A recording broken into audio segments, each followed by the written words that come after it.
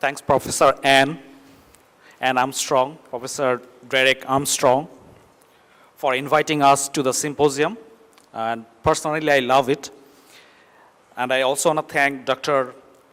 Akarnishi Kandravatia, Professor Konai Helothaman, for being here and supporting us. I'm Jahirul Mullick. I'm living in Melbourne for the last 10 years and working at Monash University as a teacher educator. Originally, I'm from Bangladesh. You can see the map over here, surrounded by India. But we have border with Myanmar as well.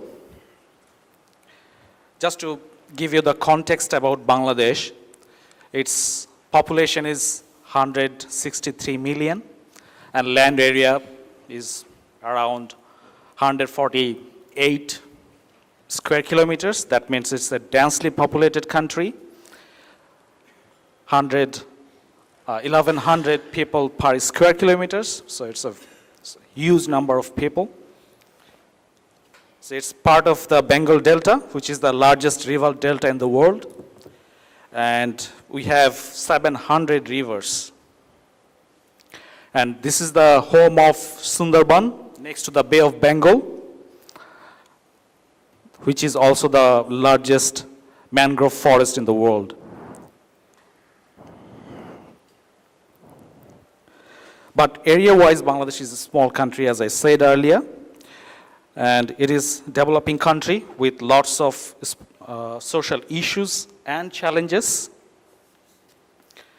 And the policy we have for the education that like any other developing country, the policy is always good. Our policy is also good, as you can see that.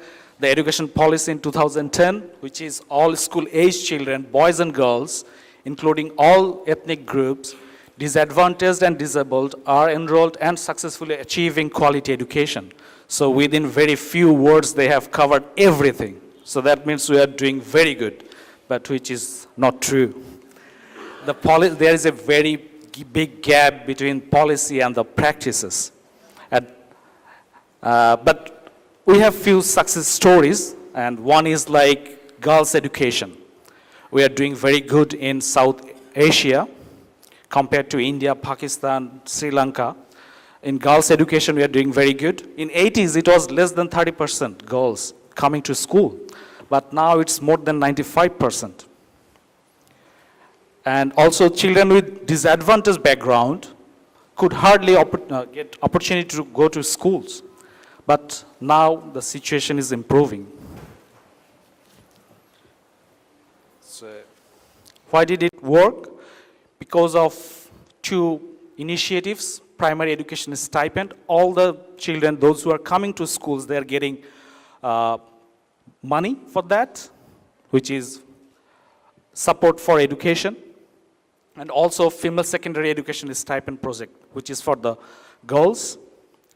And it's happening because of the partnership between the government and non-government organization. So all the previous speakers always said about that partnership and collaboration. The second one was international collaboration with the developing agencies. So that two strategies worked for two successes we have. Next one.